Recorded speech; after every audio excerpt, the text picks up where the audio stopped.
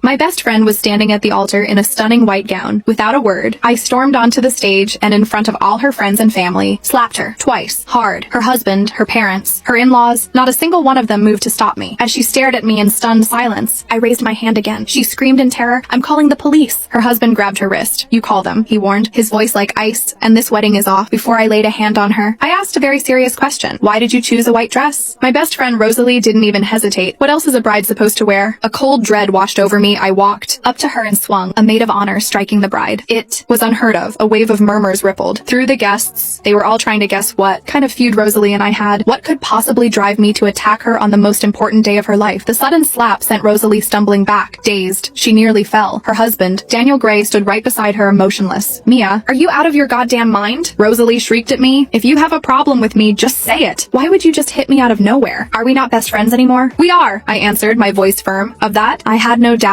Rosalie cradled her already swelling cheek, her face a mask of wounded betrayal. "Then talk to me. I know you have a temper, but you can't just hit people." I fought to keep my own emotions in check. "You really don't know why I did that?" She shook her head, bewildered. After a moment, she asked, "Did I do something to hurt you?" I let out a long, heavy sigh and beckoned her closer. "Come here, I'll tell you." The moment she stepped in front of me, smack! I hit her again. The fragile piece shattered. This time, I put more force behind it. A trickle of blood appeared at the corner of Rosalie's mouth. Her shock curdled into pure rage. "Mia, are you sick? I gave you an inch and you took a fucking mile." Hitting me not once but twice. What seemed to infuriate her even more was that her husband, the man who should have been defending her, remained silent. "Daniel, are you even a man? Your wife is being assaulted and you don't say a single word." The guests below the stage started whispering again, their theories growing wilder. "I bet the maid of honor is sleeping with the groom. I heard the three of them grew up together. Maybe the bride stole him from her. That's why she's getting revenge on the wedding day. To be honest, she and the groom do look better together." "Enough," Rosalie roared, silencing the crowd. She turned back, squeezing out a few tears of pure frustration. Her accusing gaze swung between me and Daniel. "Mia, are you in love with my husband?" "And you," she spat at Daniel. "Are you still hung up on her?" Daniel's brow furrowed slightly, but he didn't answer. I looked her straight in the eye. "I have zero interest in your husband, but I'm still going to hit you again." Fear flashed in Rosalie's eyes and she scrambled backward. "Mia, please," she begged. "It's my wedding day, the most important day of my life. Can we please just talk this out?" "Don't hit me again." I shook my head, my expression unyielding. "No." Someone in the crowd couldn't take it anymore. Seeing Rosalie weeping, a guest shouted, "Is this maid of honor just jealous? Ruining someone's wedding like this? She calls herself a friend of 20 years? She acts more like an enemy." A few of Rosalie's college friends, unable to watch any longer, came up to intervene. "That's enough. Whatever Rosalie did to make you this angry, you can't do this to her today. Besides, assault is illegal. If you don't stop, we'll have you removed." My own parents, their faces burning with embarrassment, hurried over and pulled me aside. "Mia, stop this nonsense," my dad hissed. "We let you get away with arguing with Rosalie, but this is her wedding day. Don't ruin this for her family." My gaze fell back to her dress and the hand I'd lowered started to rise again. "Mom, Dad, I'm sorry," I said, my voice heavy with sincerity. Then I lunged forward and grabbed Rosalie's arm. She shrieked and tried to hide behind her parents. "Mom, Dad, help me. Get Mia out of here." But to everyone's shock, Mr. and Mrs. Lowe simply stepped aside, leaving Rosalie exposed. If my parents hadn't rushed forward to drag me back, my third slap would have already landed. My father was shaking with anger, a man who always prized reason. He looked like he was about to strike me himself. "Have you lost all sense of decorum? Is this how I raised you?" My mother joined in, her voice full of disappointment. "Mia, this constant aggression is so ill-bred. If you dare hit Rosalie again today, I will disown you." Rosalie collapsed onto the floor, sobbing hysterically, but her heart-wrenching cries didn't move me an inch. The standoff was broken by an unlikely voice. Rosalie's father. He turned to mine. "Calm down. I'm sure Mia has her reasons." Rosalie's mother defended me unconditionally, snapping at her daughter. "Stop making a scene on the floor. Mia didn't mean it. She's upset, so what if she hits you a few times?" Rosalie stomped her foot in frustration. "Dad, Mom, whose side are you on? Who's your real daughter?" The bizarre exchange left everyone speechless. Some guests looked so confused they probably wondered if I was secretly the Lowe's biological child. I looked at my parents, my heart aching. "Mom, Dad, even if you disown me, I have to land this third slap." They stood there helpless. They knew I wouldn't back down once my mind was made up, and they couldn't truly cut me out of their lives. Rosalie tried to fight back, but I was an athlete. She was no match for me. I rolled up my sleeves, ready to put everything I had into it. She clutched her stomach and screamed, "Don't hit me again. I'm pregnant." "So?" My voice was unnervingly calm. Even the wedding officiant couldn't stand by any longer and tried to pull me away. "Miss, you've gone too far. She's pregnant. You can't hit a pregnant woman no matter what." Rosalie nodded frantically, turning to Daniel's parents. "Mom, Dad, get her out of here. I'm carrying the Gray family's first grandchild." Daniel's parents, who had been silent this whole time, finally spoke. His mother offered a placating smile. "Ms. Song, please, calm down. Whatever the issue is, I promise we will address it after the ceremony." I let out a cold, dismissive laugh. "And what if I insist on hitting her right now? Does the Gray family dare to stop me?" His father's expression hardened. "Ms. Song, what is the meaning of this? You stopped me me from hitting her and I'm pulling the investment I promised the Gray Corporation. Mr. and Mrs. Gray exchanged a look. Rosalie, feeling confident, jutted out her stomach. I'm carrying the Gray family heir. My in-laws will never let you bully me. To the entire room's astonishment, Mr. Gray chuckled and gently pushed Rosalie forward. Miss Song, if you feel you must, then please go ahead. Just don't kill her. A collective gasp filled the hall. What kind of man would sacrifice his pregnant daughter-in-law for a business deal? Especially when the Grays and the Lows were both prominent, powerful families in the city. Rosalie's eyes reddened as she pleaded with her mother-in-law. Mom, you can't let her hit me. What if something happens to the baby? Mrs. Gray hesitated, glanced at her husband, and understood. She cooed at Rosalie. Dear, if Miss Song is upset, just let her get it out of her system. Once you're officially part of the family, I'll make it up to you. Rosalie's eyes widened in disbelief. Mom, how can you say that? I'm your daughter-in-law. When she hits me, she's not just hitting me. She's slapping the face of the entire Gray family. If you let this happen, I'll be the laughingstock of the whole city. Mrs. Gray was unmoved. Getting pregnant before marriage was already disgraceful enough. She sniffed. Don't waste any more time. Let Miss Song finish so we can get on with the wedding. She waved her hand, and 2 bodyguards stepped forward to hold Rosalie in place. Then, she turned to me with a fawning smile. Miss Song, please. Daniel had long since stepped off the stage and was leaning against a far wall, acting as if none of this concerned him. In the world of the wealthy, love was a cheap commodity when set against profit. Rosalie stared at me, her eyes burning with hatred. Mia Song, you hit me one more time, and I swear I will make you pay for this. I pinched her chin, carefully angling her face. Good, I said, my voice flat. I'll be waiting. But she was scared. She could see it in my eyes. This last slap was going to hurt. I'm calling the police. She shrieked, her voice raw with fear. Someone, help me call the police. Instantly, guests in the audience pulled out their phones. Daniel, who had been a statue this whole time, finally moved. He strode onto the stage and snatched the microphone from the officiant. Nobody calls the police. At his command, his security team moved swiftly through the crowd, confiscating phones. The guests looked on, utterly baffled. Daniel had been perfectly content to watch his bride get beaten. But the moment she mentioned the police, he sprang into action. The whispers started again. Is there really something going on between him and the Song heiress? He's protecting her instead of his own wife and child. Rosalie stared from me to Daniel, her face a canvas of horror. Daniel, are you actually cheating on me with Mia? He didn't confirm or deny it. She began pounding on his chest. How could you do this to me? I'm carrying your child. He grabbed her wrists and shoved her away. That's enough. Daniel Gray, you ungrateful bastard. She screamed, utterly hysterical. I watched her melt down, but my resolve to deliver that final slap never wavered. Rosalie wiped the tears from her face, her expression hardening into a vicious threat aimed at Daniel. And what if I insist on calling them? A flicker of something like relief crossed Daniel's face. He gave a careless shrug. You call them, we get a divorce. Rosalie froze, clearly not expecting him to be so casual about ending their marriage. You'd divorce me over a phone call? Daniel, do you even have a